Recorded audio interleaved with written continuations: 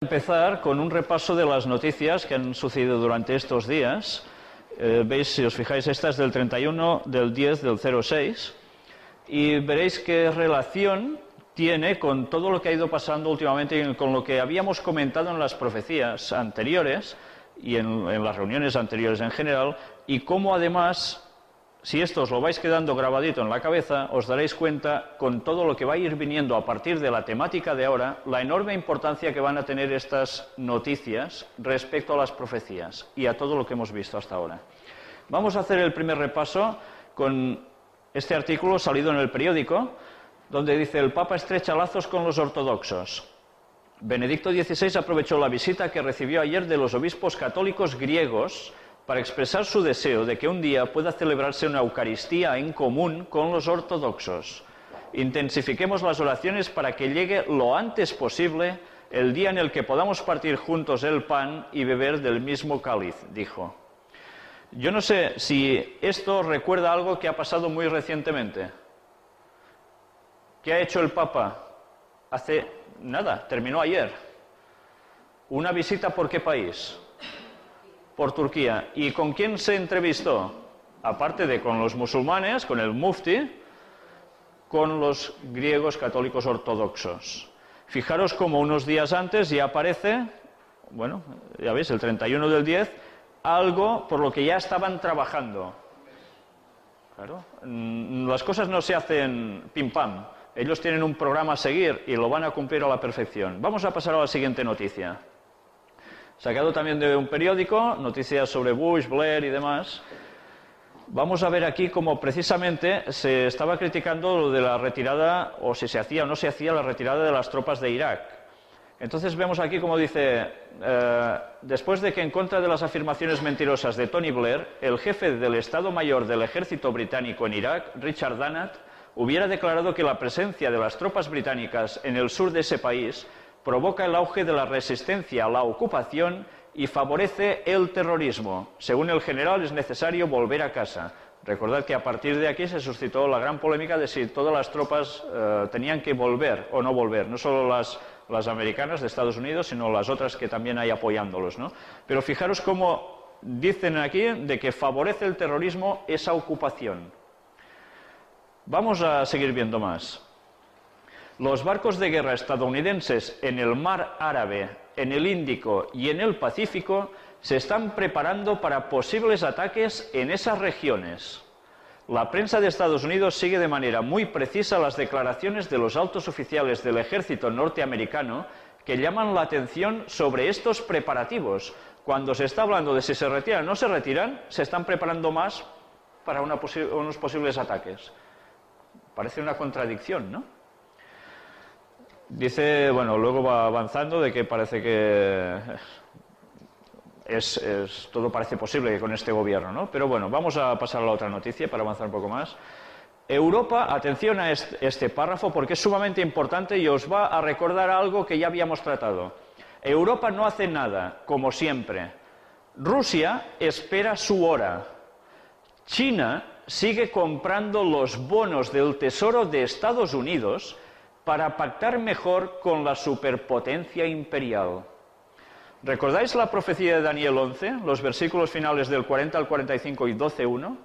Estuvimos tratando precisamente China y Rusia. ¿Cuál sería su papel en la profecía? Y precisamente estamos viendo cómo el terreno se está preparando. Todo está coincidiendo con la profecía. Vamos a ver más. Salió la gran noticia que está cambiando completamente el modo de pensar de las personas escépticas que aún quedaban. La cruzada de Blair contra el cambio climático. El calentamiento del planeta puede causar en unas décadas un crack en la economía mundial similar al que provocaron las guerras mundiales y la Gran Depresión de 1929, salvo que se adopten medidas, claro. Lo curioso de todo esto es que estas noticias surgieron en unos momentos en que se quiere, o se hizo público, mejor dicho, un informe en el cual se quería demostrar que precisamente el cambio climático es un hecho y que se puede caer todo encima antes de lo previsto. pero que esto es tal como ellos lo anuncian. Es por culpa de las emisiones que estamos causando nosotros, no por las armas geofísicas de las cuales estuvimos hablando. Sin duda se trata del esfuerzo más rotundo realizado hasta ahora por un gobierno para demostrar a los más escépticos que la protección ambiental y el crecimiento económico deben ir de la mano para que ambos objetivos puedan coexistir. Porque dicen de que si hay un crack medioambiental, también va a haber un crack económico, aparte de las desgracias que van a suceder. El informe señala que si se mantienen los actuales niveles de emisión de dióxido de carbono, CO2, las temperaturas aumentarán 2 o 3 grados centígrados en los próximos 50 años.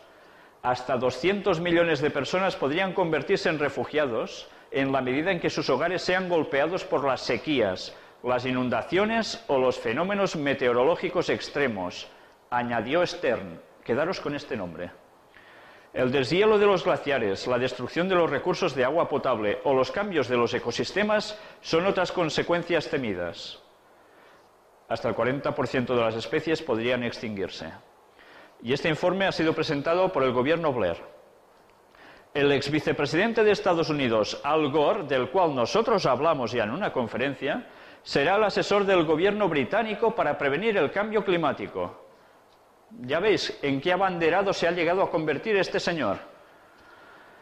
En la presentación se anunció que el ex vicepresidente de Estados Unidos, el demócrata Al Gore, será asesor medioambiental en temas de calentamiento global del gobierno británico. Vemos en otro periódico más información al respecto. Creo que el ambiente internacional ha cambiado. Hay signos de que incluso en Estados Unidos este debate se ha movido en la dirección acertada, que sabéis que teóricamente eran bastante reticentes a todo esto, afirmó Blair. Londres ha contratado como asesor al ex vicepresidente estadounidense Al Gore, reciclado como activista ecológico. Aquí aparece un gráfico con todas las desgracias que pueden pasar a medida que las temperaturas vayan subiendo de 1 hasta 5 grados más. Y las desgracias son enormes, pero quiero deciros una cosa, aún no hemos tratado las profecías en detalle, algo hemos dado, algunas pinceladas, de lo que va a llegar a pasar de aquí a un tiempo en el mundo.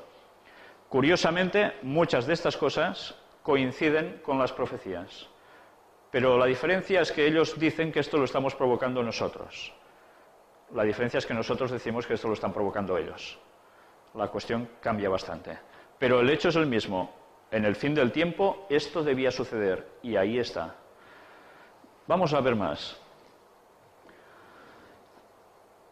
El primer ministro británico en la presentación del trabajo, que tiene 700 páginas, y ha sido coordinado por el economista Sir Nicholas Stern, ex jefe del Banco Mundial y alto funcionario de la administración británica.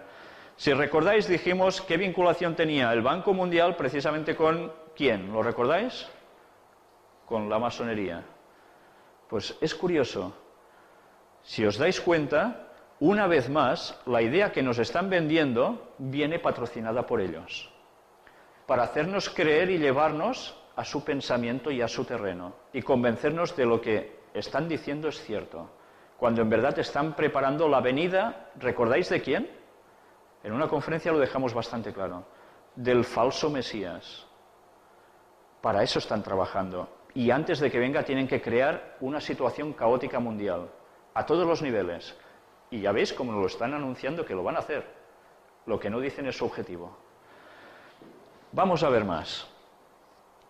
El ministro de Finanzas del Reino Unido, Gordon Brown, prometió ayer que su país asumirá el liderazgo internacional en la lucha contra el calentamiento global.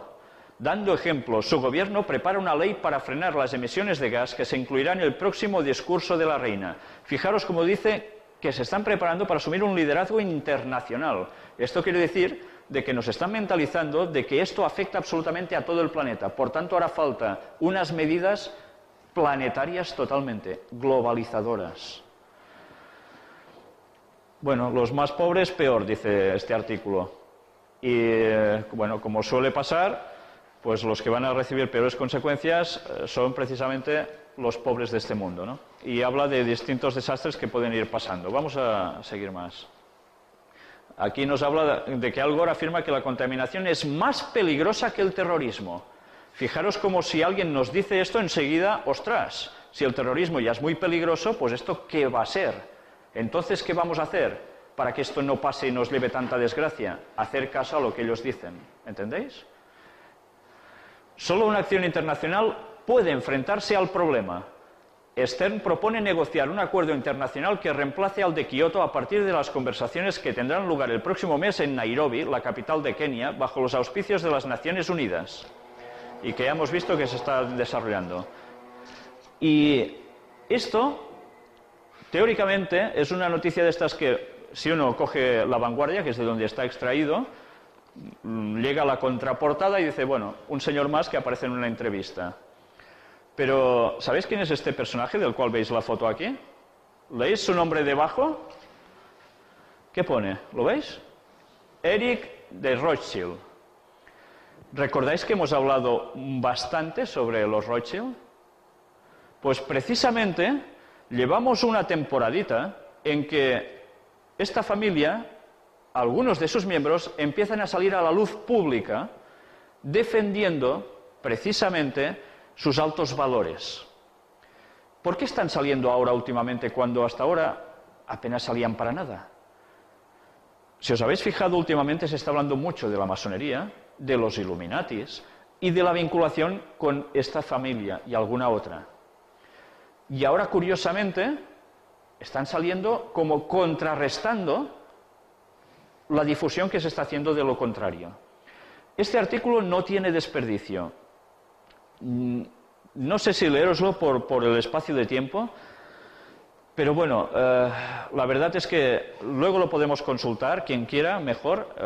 Los que sigan la filmación también lo podrán parar en sus casas y verlo ampliamente, pero vale la pena leer lo que dice este señor para que veáis cómo están difundiendo su imagen más filantrópica, más buena hacia la sociedad, que teóricamente tiraría por tierra todas las acusaciones que se hacen sobre ellos, pero en los cuales aparecen una serie de detalles en estas conversaciones que no tienen desperdicio.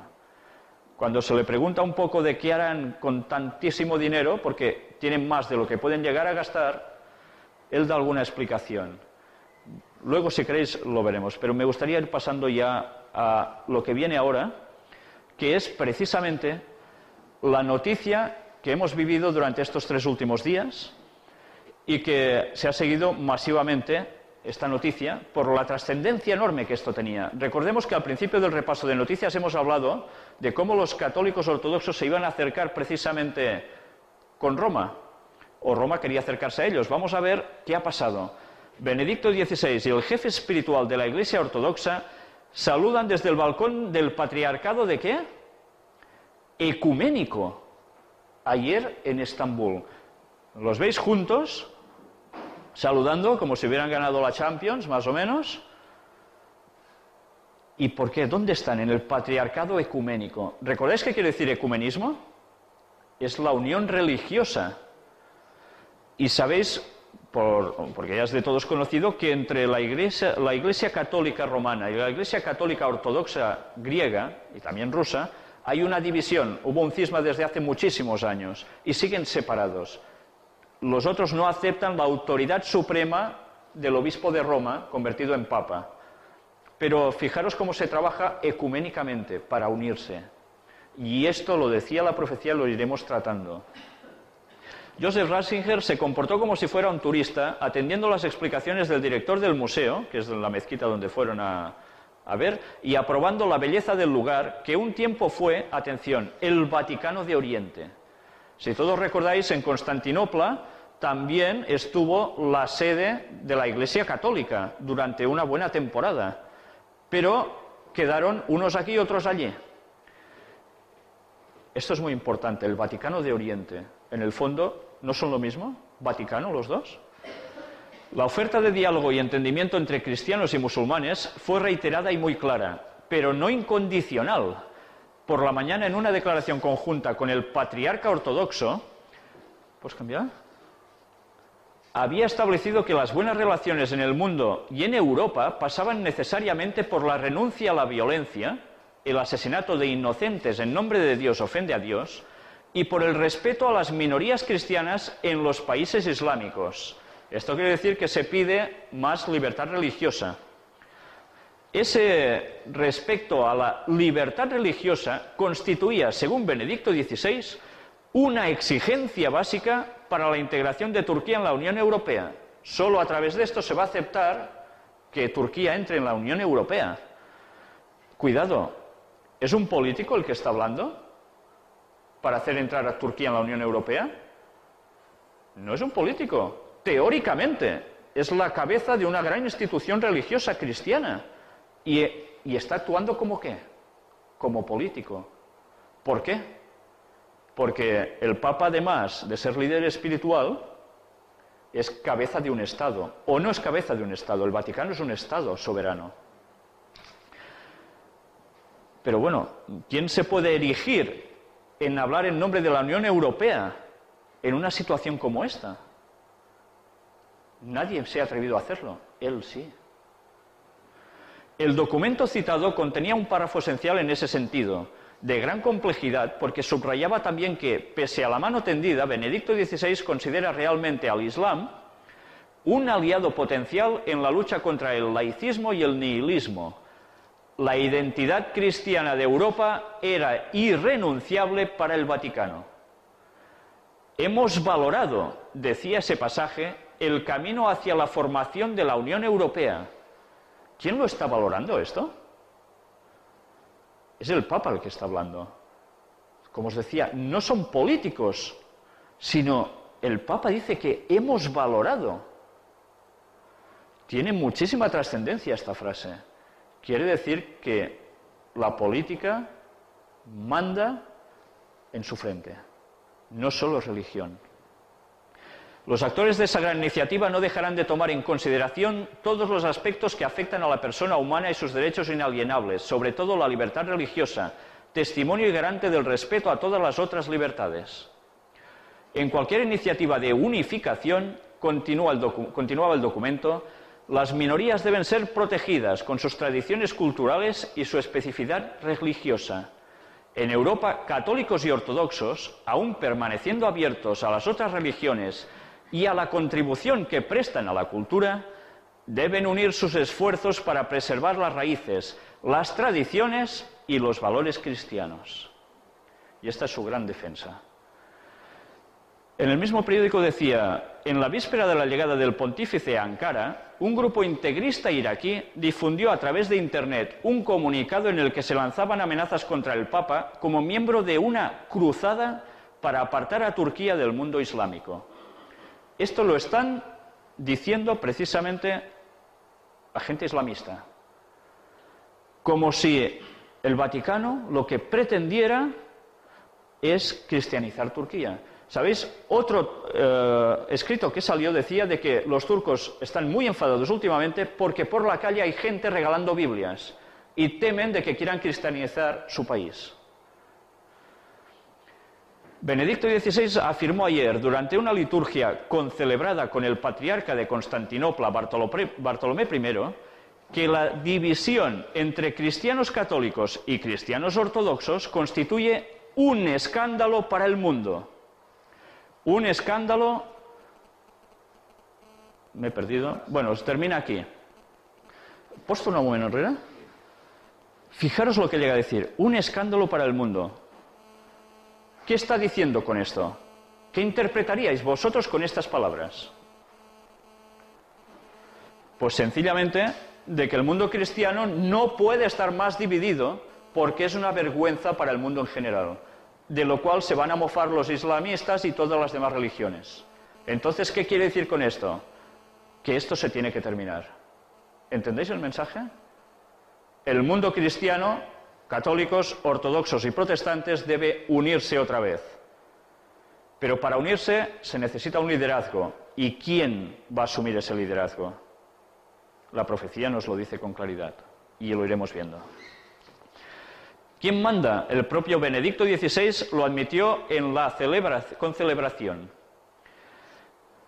¿Con el patriarca? ¿Con Dios?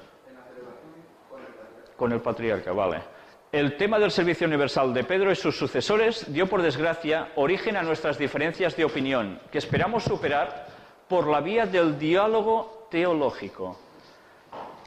esperan superar esta escisión entre los protestantes precisamente hablando, con teología, con doctrina. ¿Y lo van a superar? La profecía dice que sí.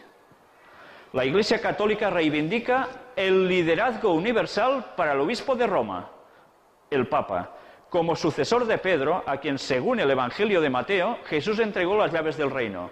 Aunque esto os digo yo que es una interpretación particular de la Iglesia Católica, porque la gente que estudia un poco el texto en profundidad se da cuenta de que esto no es así.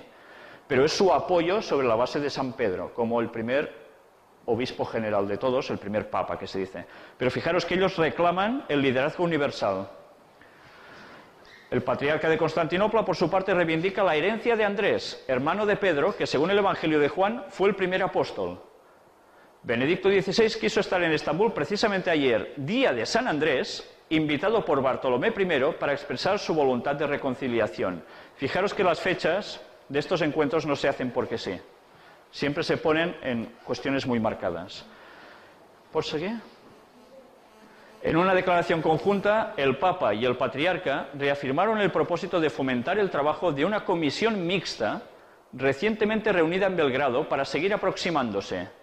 El Espíritu Santo nos ayudará a preparar el gran día del restablecimiento de la plena unidad, cuando y como Dios quiera. Entonces podremos alegrarnos y exultar verdaderamente, se decía en el documento. Tienen claro que esta unión la van a conseguir. Vamos a seguir avanzando. Y ahora quiero que estéis muy pendientes, porque el sonido es bastante bajo, pero lo que vais a ver está sacado de un documental. Es una extracción de unos pocos minutos y que ya nos vincula con el tema de los Illuminati, la masonería que hemos hablado luciferana, la cúpula, porque no tiene desperdicio. ¿Sabéis? Hay gente que dice los Illuminati ya no pintan nada en la historia, se deshicieron una década después de formarse y han desaparecido para siempre más. Y que cualquier persona que crea que los Illuminati han hecho algo últimamente está diciendo bobadas. ¿Es esto cierto? Esta extracción está sacada del documental Ángeles y Demonios. Se emitió hace muy pocos días en un canal televisivo y vale la pena que estéis muy atentos. Si queréis acercaros todo lo posible para oírlo, no os perdáis los detalles, sobre todo finales. Vamos a pasar la grabación ahora.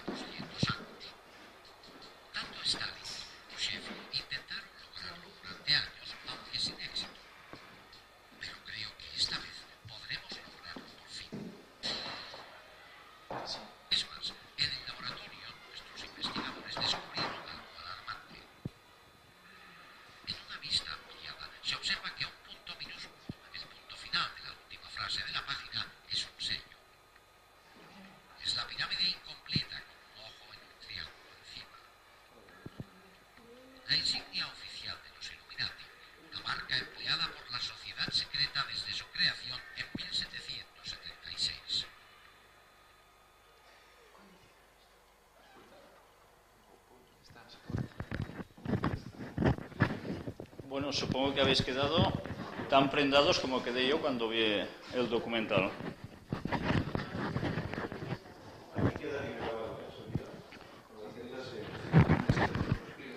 Vamos a explicar un poco, para los que estabais aquí no habéis podido oírlo bien. Todo esto es unas filmaciones que se consiguieron compradas a un extraperlista. Sabéis que cuando hubo el desmembramiento de la URSS, muchas cosas desaparecían y la mafia por todas partes abundó en la Unión Soviética y aún siguen, ¿no?, esta gente. Y entonces cogían todo lo que podían para luego poderlo vender. Y así se han hecho grandes fortunas últimamente en ese país, ¿no?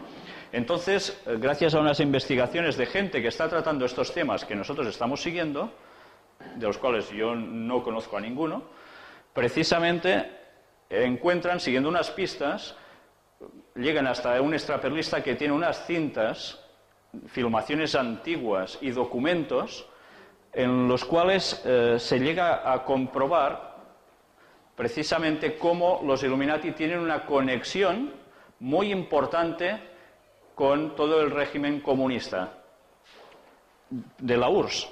Y entonces termina todo, como habéis visto, con unos documentos en los cuales se menciona a Dan Weishaupt, el fundador de los Illuminati, que ya me diréis por qué tienen que hablar de estas cosas entre estos señores, ¿no?, siendo militares, teóricamente. Y luego, precisamente, se amplía uno de los puntos de este escrito, que habéis visto que parece hecho a máquina o a ordenador, no lo sé, y en ese punto, cuando se va ampliando, se ve precisamente el gran sello de los Illuminati que aparece en el reverso de los billetes de dólar de la pirámide, con la orden de creación, exactamente el mismo sello. Entonces, buenas ganas de hacer algo, una cosa así, para que la gente no se entere de nada, si eso no es verdad. Entonces, fijaros cómo verdaderamente esta gente han trabajado haciendo lo que decían esas famosas cartas de las 3 guerras mundiales, en las cuales esto no son bromas. Lo estuvieron trabajando. Fijaros cómo dice que había gente de lo más alto, desde Stalin hasta Rushenko o Khrushchev, no recuerdo cómo se llama exactamente, o Nikita Khrushchev, y ya veis, ellos puestos también en lo mismo. Entonces, tenemos que dudar de que esto se ha terminado, los Illuminati, con el cambio de régimen en la Unión Soviética y pasando a ser Rusia y luego repúblicas. Evidentemente que no, la cosa sigue. ¿Qué cosa? Pues ya veis que, por tanto, esta gente debe seguir actuando. Y nosotros los datos que hemos ido encontrando hasta ahora es que siguen actuando. Y que van a trabajar con ese propósito de traer a ese falso Mesías. Eso decía la Carta de las 3 Guerras Mundiales. Y lo van a hacer. Y por eso antes tienen que provocar esta gran guerra, además de todas las desgracias que hemos ido viendo que van a hacer, ¿no? Pero bueno, yo creo que era un documental que valía la pena que al menos vieseis este trozo. El documental en sí no tiene desperdicio. Si lo queréis, yo lo tengo y os podré hacer copias. Pero este trozo quizás sea el más significativo para que entrelazáramos con el tema, ¿no? Y ahora vamos a ver, no sé si dispondremos de mucho tiempo, pero intentaremos adentrarnos otra vez en el tema de la marca de la bestia y el 666. Vamos a... Bueno, ha habido un salto en la pantalla ya de buenas a primeras. Vamos a hacer un poco de recordatorio. Pero mientras, quiero deciros de que este tema va a ser bastante extenso. Probablemente va a dar para 3 o 4 charlas. Del 666 no llegaremos a hablar hoy, tenedlo claro. Os tendréis que quedar con las ganas, por fuerza. Yo también. Pero la marca de la bestia o el tema de la bestia en general, que es el que vamos a tratar hoy, tampoco quizás probablemente lo vamos a terminar. A pesar de todo, me gustaría de que estuvieseis atentos a lo que vais a oír, porque se os va a descubrir un mundo nuevo. Vamos a tratar de una profecía sin precedentes. Una profecía que veréis que tiene muchísima vinculación con las noticias que hemos visto antes de empezar el tema y que, además, tiene mucha vinculación con todos los temas que hemos tratado desde el inicio. Vamos a hacer una parada primero. Pues no sé si no la tenemos que algo. ¿Vamos a empezar? Bueno. En el último tema vimos como en la estatua de Daniel 2, que aquí veis, el hierro de Roma llegaba hasta los pies, mezclado con el barro, que teóricamente ahora tendríamos que ver, más ampliado, ¿veis? Y aquí está. Símbolo de qué era, ¿lo recordáis? De Europa. Y esa unión duraba y llegaba hasta el momento de la segunda venida de Jesús. No un falso Mesías, sino el auténtico Jesús.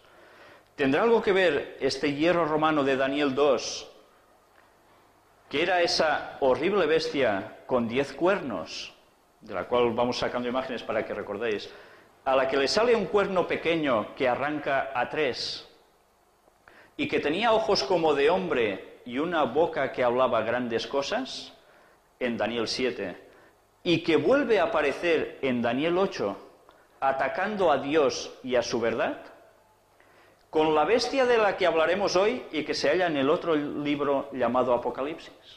Iremos viendo esto con detalle ahora. Veréis cómo las conexiones entre ambos libros, el libro de Daniel y el libro de Apocalipsis, que aunque escritos con una diferencia de unos 600 o 700 años, son sumamente importantes. Intentaré exponer el tema de hoy sin herir sensibilidades. Vais a decir, ¿cómo puede ser? ¿Se pueden herir sensibilidades hablando de estos temas? Sí, se pueden herir sensibilidades. Pero el contenido debe ser tan claro como la profecía lo demanda. Y yo no puedo engañaros. Por tanto, quizás algunos de vosotros, lo que vais a ver a partir de ahora, de a quién se está refiriendo esta profecía, os puede llegar a afectar. Yo solo quiero deciros o pediros que seáis lo suficientemente nobles y sensibles para percibir por vosotros mismos si esto es así o no es así. Porque el mundo que ahora se os va a abrir puede ser completamente un concepto distinto al que hasta ahora habíais tenido todos vosotros, o algunos de vosotros.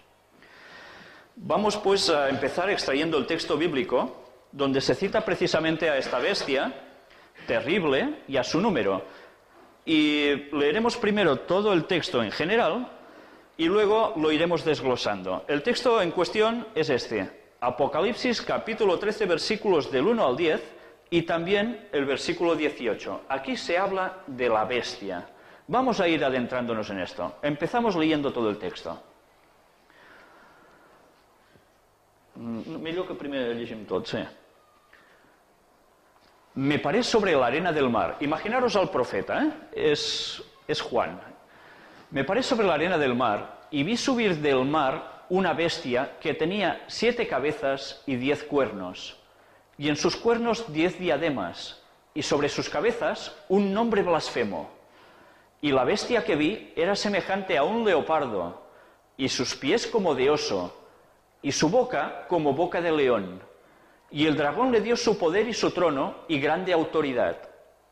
Vi una de sus cabezas como herida de muerte, pero su herida mortal fue sanada, y se maravilló toda la tierra en pos de la bestia, y adoraron al dragón que había dado autoridad a la bestia, y adoraron a la bestia diciendo, ¿quién como la bestia y quién podrá luchar contra ella?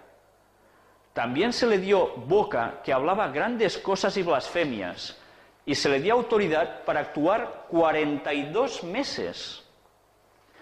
Y abrió su boca en blasfemias contra Dios, para blasfemar de su nombre, de su tabernáculo y de los que moran en el cielo.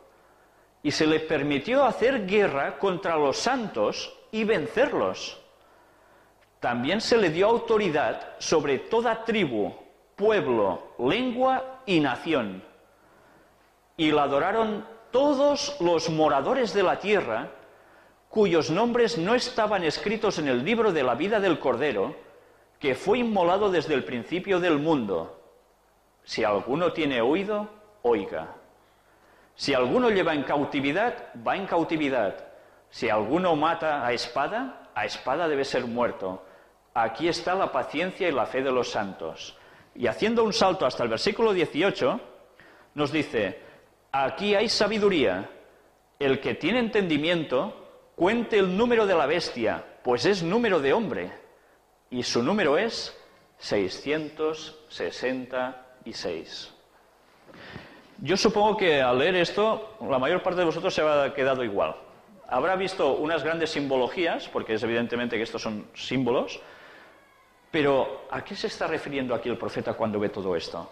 Vamos a ver esta simbología que aparece en estos versículos y empezaremos por el versículo 1. Y veremos cómo, versículo por versículo, iremos demostrando qué quieren decir estos símbolos, porque son sumamente importantes para saber qué está diciendo esta profecía, que, ya os digo ahora, es quizás una de las más importantes que podemos llegar a tratar. Me paré sobre la arena del mar y vi subir del mar una bestia que tenía 7 cabezas y 10 cuernos, y en sus cuernos 10 diademas, y sobre sus cabezas un nombre blasfemo. Vamos a ver qué quiere decir todo esto. Vamos a ver qué quiere decir el mar. Y aquí lo tenéis. El mar, y ahora yo lo digo así, luego vamos a demostrarlo si esto es así o no es así, es equivalente a muchas aguas, que es igual a un lugar de mucha gente. Todos habéis utilizado quizás la expresión un mar de gente, ¿verdad? Fijaros, incluso esto está sacado de internet. Un auténtico mar de gente. Es en portugués, por cierto, ¿verdad que sí? Es una expresión cotidiana, un mar de gente. Vamos a verificar el símbolo en Apocalipsis 17:15, a ver si esto es así o es un invento mío. Me dijo también, las aguas que has visto donde la ramera se sienta son pueblos, muchedumbres, naciones y lenguas. ¿Os dais cuenta? Por comparación de textos, estamos viendo cómo las aguas, las muchas aguas, los mares, ¿qué va a ser? Pues muchos pueblos, muchas naciones. Por tanto, ya estamos situando un poco los símbolos. ¿Y qué son los cuernos? ¿Los cuernos son igual a reinos? Aquí vemos un dibujito con la bestia, ¿no? Vamos a ver precisamente la verificación del símbolo, que esto ya lo vimos en Daniel 7 y 8, donde se describía la sucesión de reinos y de reyes como cuernos. Esto lo recordáis los que ya habíais estado en las otras conferencias. Pero vamos a ver también Apocalipsis 17 del 12 al 14. Y los 10 cuernos que has visto son 10 reyes que aún no han recibido reino. ¿Os dais cuenta cómo nos lo explica el texto? ¿Qué son los cuernos? Pero por una hora recibirán autoridad como reyes juntamente con la bestia. Por cierto, hago un inciso aquí. Fijaros cómo nos habla de la bestia, el tema que estamos tratando hoy también. Y aquí nos está diciendo que por una hora recibirán autoridad como reyes juntamente con la bestia. Fijaros, por tanto, que ya empezamos a decir algo de la bestia. Es alguien que va a recibir mucho poder. Estos tienen un mismo propósito y entregarán su poder y su autoridad a la bestia. Alguien le va a dar mucho poder. Pelearán contra el Cordero y el Cordero los vencerá. Luego hablaremos de quién es el Cordero. Porque Él es Señor de señores y Rey de reyes. Y los que están con Él son llamados y elegidos y fieles. Vamos a seguir avanzando. Las cabezas, ¿qué son en el símbolo? Diferentes formas de gobierno que se suceden en el tiempo. Vamos a verificarlo. Apocalipsis 17, 9 y 10. Esto, para la mente que tenga sabiduría. Las 7 cabezas son 7 montes sobre los cuales se sienta la mujer. Quedaros también con este dato porque también hablaremos de este detalle. Y son 7 reyes. 5 de ellos han caído. Uno es y el otro aún no ha venido. Y cuando venga es necesario que dure breve tiempo. Y ahora vamos a ver el nombre blasfemo. Cuando dice un nombre blasfemo, ¿a qué se está refiriendo? Cuando el hombre asume las prerrogativas y los títulos de la divinidad y además perdona pecados. ¿Es esto así? ¿Esto es un nombre blasfemo? Juan 10, 33, la verificación del símbolo. Jesús entonces, al verla llorando y a los judíos que la acompañaban también llorando, se estremeció en espíritu y se conmovió. Lucas 5, 21. Entonces los escribas y los fariseos comenzaron a cavilar diciendo: ¿quién es este que habla blasfemias? ¿Quién puede perdonar pecados sino solo Dios? La continuación del texto anterior nos iba diciendo de que Cristo perdonó pecados. ¿Recordáis que Cristo perdonó pecados más de una vez? Esto teóricamente era una blasfemia para los judíos, porque ¿quién puede perdonar pecados si no solo Dios?, decían ellos. Por tanto, la blasfemia va unido a todo esto. Vamos a ver ahora el versículo 2 de Apocalipsis 13. Y la bestia que vi era semejante... ¿A qué os recuerda esto, los que habéis estado en las anteriores conferencias? A un leopardo, y sus pies como de oso, y su boca como boca de león. ¿Recordáis las anteriores conferencias? ¿Qué bestias iban apareciendo también por allí, en la sucesión de imperios? ¿No eran estos animalitos? Es curioso, ¿eh? El profeta nos está diciendo otra vez, utilizando símbolos que habían aparecido en Daniel. Y ahora estamos en Apocalipsis. Y el dragón le dio su poder y su trono y grande autoridad. Vamos a ver entonces qué son el leopardo, el oso y el león.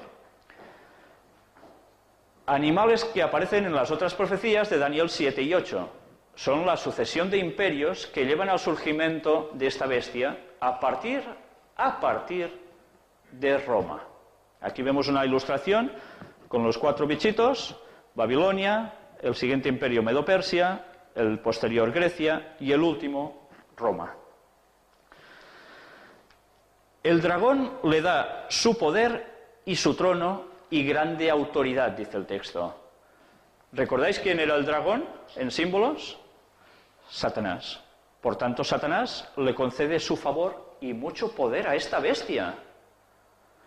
Por tanto, nos damos cuenta de que la bestia que vamos a tratar no tiene un favor divino de Dios bueno, sino que tiene precisamente el favor de Satanás, que le da un gran poder y mucha autoridad, casi nada. Vamos a verificar el símbolo. Apocalipsis 12:9.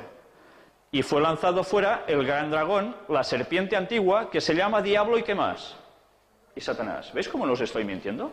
¿Lo veis cómo aparece en el texto quién es el dragón? La serpiente antigua.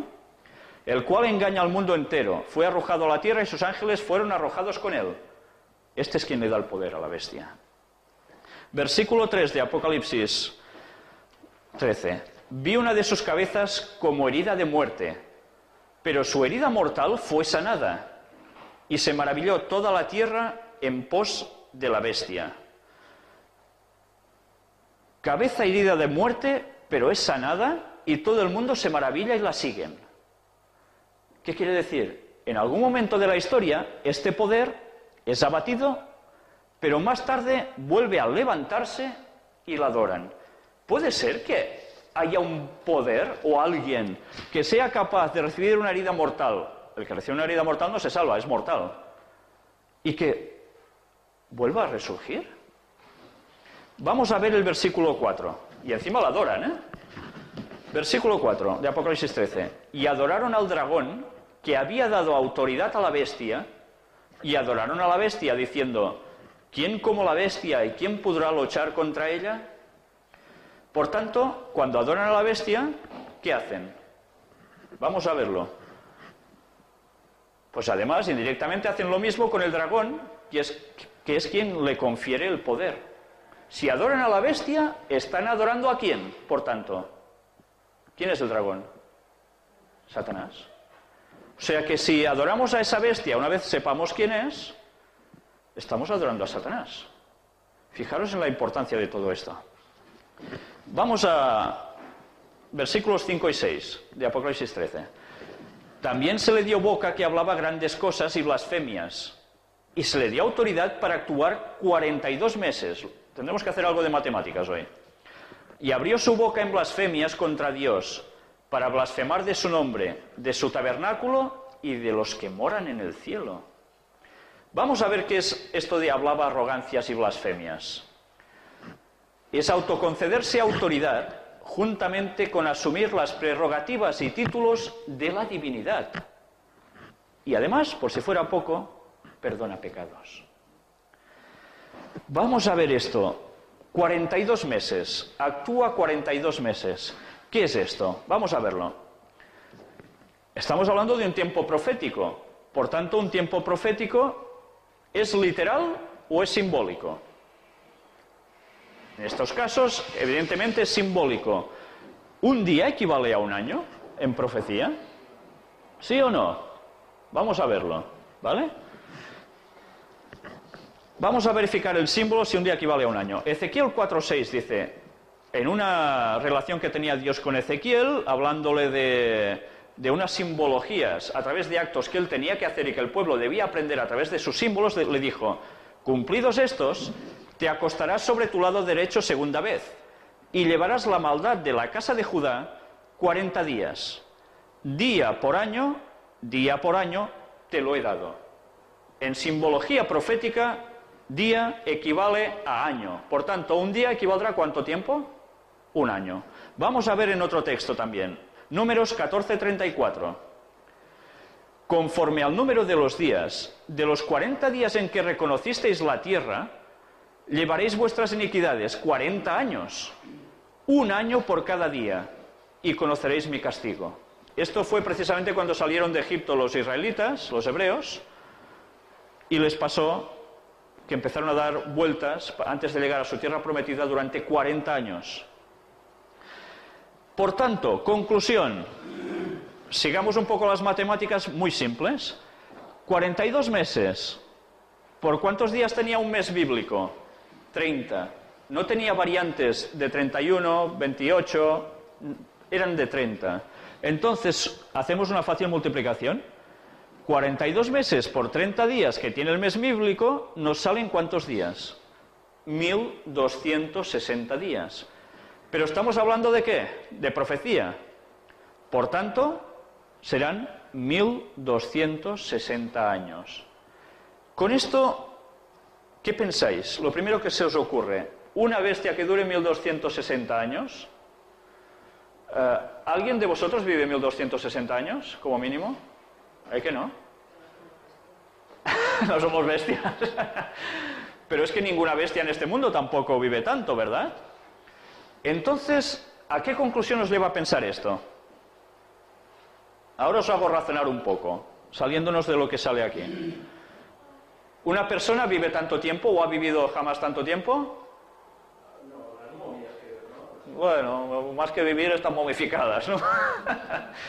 Entonces, ¿a qué conclusión os lleva esto? ¿Se puede referir a una sola persona, esta bestia? Un poder que se prolonga en el tiempo. Claro. Porque nadie vive tanto. Por tanto, no es una persona en concreto esta bestia. Y este concepto lo hemos de tener claro. ¿Y por qué os digo esto? Os digo esto por un motivo que ahora diréis, bueno, como no lo sabéis, os que vais a quedar quizás un poco igual. Podríamos dedicar todo un tema a decir que hay gente, mucho sector del mundo cristiano, católico y protestante, que afirma que la bestia que estamos tratando nosotros es un señor en concreto, que ya sucedió en los anales de la historia. ¿Puede ser? Fijaros cómo a través de símbolos ya nos damos cuenta que no se puede aplicar a una persona, porque no han vivido nadie 1260 años. Solo con esto ya tenemos bastante para tirar por tierra cualquier otra hipótesis. Pero vamos a seguir avanzando. Los versículos 7 y 8 de Apocalipsis 13 dicen: y se le permitió hacer guerra contra los santos y vencerlos. También se le dio autoridad sobre toda tribu, pueblo, lengua y nación. Y la adoraron todos los moradores de la tierra, cuyos nombres no estaban escritos en el libro de la vida del Cordero, que fue inmolado desde el principio del mundo. Vamos a ver qué es esto de que hace guerra contra los santos, ¿qué es? ¿Qué son los santos bíblicamente hablando? ¿Creéis que los santos son gente que están encima de un altar? ¿O que han sido beatificados? Este es el concepto que tenemos de santo, ¿verdad? El concepto que tenemos en nuestro mundo cristiano. ¿Es esto cierto bíblicamente? Fijaros, la explicación de aquí.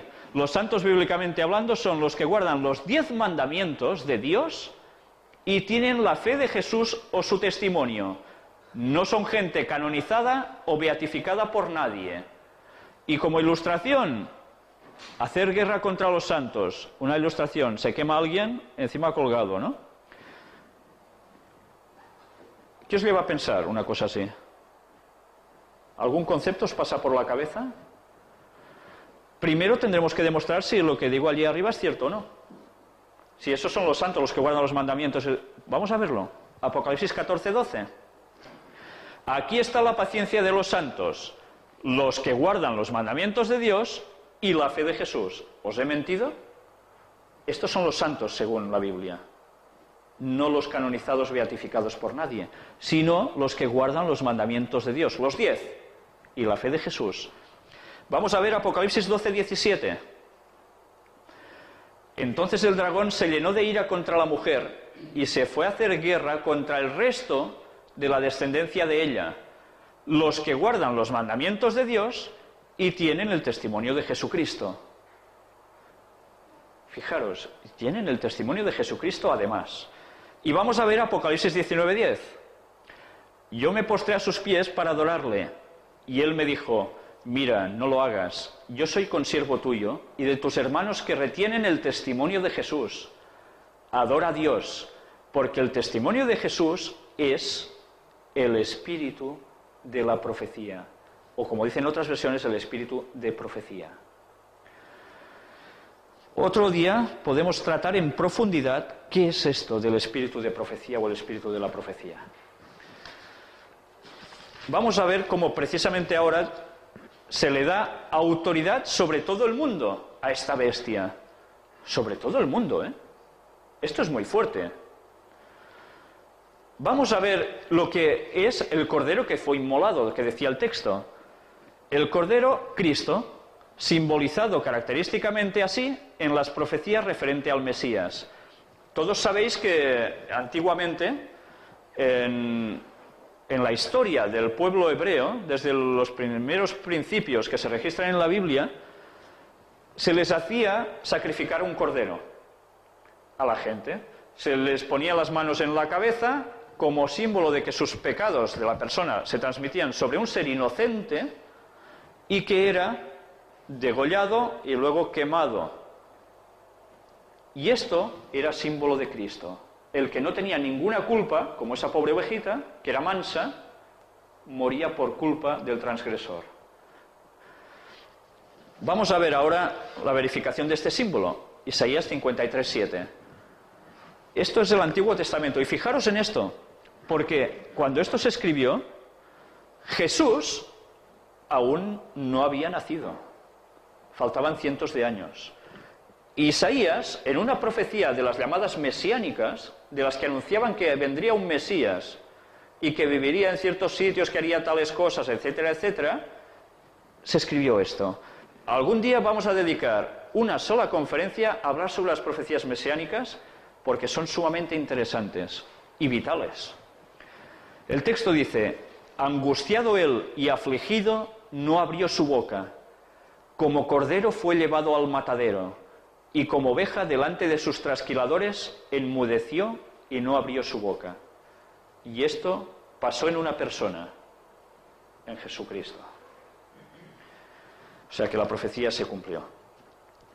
Por tanto, todo el ritual de sacrificios del santuario israelita, que se describe en el Antiguo Testamento bíblico, que es anterior al periodo histórico del nacimiento de Jesús, cita a los corderos en sacrificio como símbolos del Mesías. Esto lo tenían que hacer esa gente durante años y años y años, para que les quedara claro que algún día en la historia aparecería un Mesías y que iba a morir por culpa de sus pecados para que ellos pudieran ser salvos. Y este era el símbolo, el cordero. Jesús era el significado auténtico. Vamos ahora al versículo 9. Apocalipsis 3 dice: si alguno tiene oído, oiga. ¿Por qué creéis que dice si alguno tiene oído, oiga? ¿Qué quiere decir esto? Vamos a verlo. Estar atentos, indagando y pensando para saber quién es esta bestia y qué es lo que hace. Por eso dice que debemos estar atentos, oyendo. ¿De qué nos sirve tener orejitas, tener oídos que funcionen y no enterarnos de las cosas? De nada, ¿verdad? Por tanto, quiero decir que hemos de razonar, oír y razonar. Vamos a ver el versículo 10 ahora. 2 minutos, vale. Apocalipsis 13:10. Si alguno lleva en cautividad, va en cautividad. Si alguno mata a espada, espada debe ser muerto. Aquí está la paciencia y la fe de los santos. Por tanto, este poder acabaría en cautividad y muerto, aunque veremos que más tarde vuelve a resurgir. Vamos a ir pasando la imagen. Bueno, paramos primero para cambiar la cinta. Acabaría en cautividad y muerto, aunque veremos que más tarde vuelve a surgir. Y vamos a ver el versículo 18 de Apocalipsis 13, ¿qué nos dice? Aquí hay sabiduría. El que tiene entendimiento, cuente el número de la bestia, pues es número de hombre, y su número es 666. Vemos, por tanto, algo importante con todo esto. Hemos dicho que no era un ser humano en concreto, porque no viven nunca tanto. Pero en cambio se aplica algo de hombres y nos da un número. Pero este numerito, el 666, lo vamos a tratar al final de la conferencia de la bestia, porque es sumamente interesante. Y ahora vamos a recordar precisamente cómo surgiría, qué haría ese cuerno pequeño, que ahora lo vamos a ver en imagen.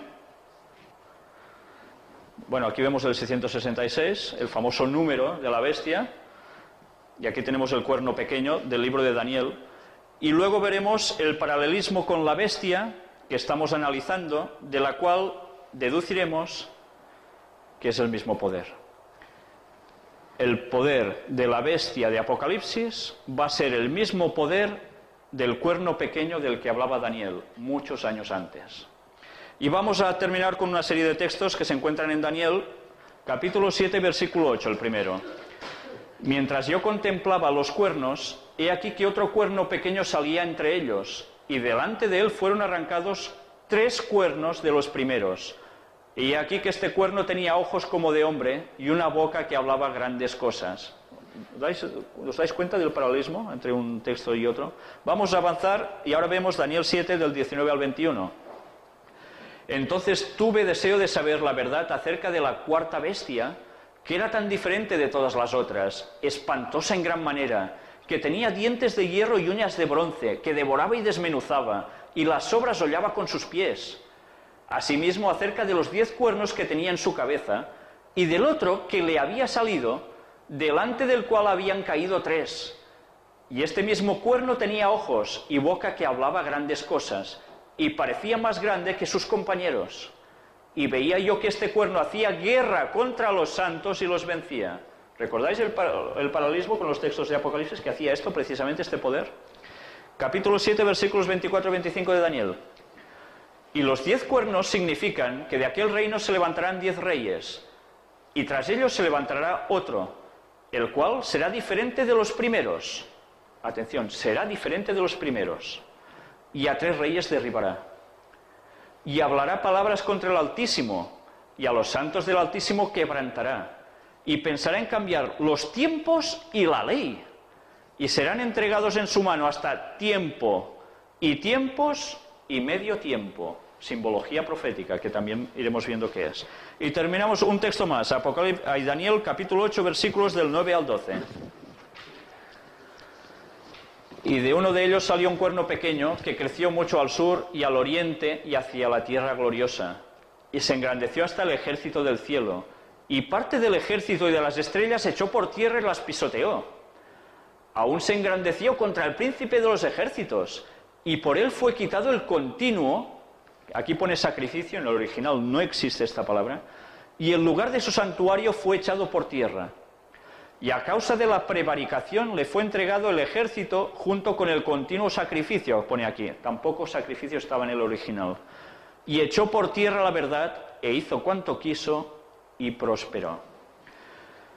Vamos a dejarlo hoy aquí, el próximo día vamos a empalmar con el resumen de todo esto y que ya nos va a adentrar de lleno, vamos a ver verdaderamente quién es esta bestia. Pues gracias, hasta la próxima.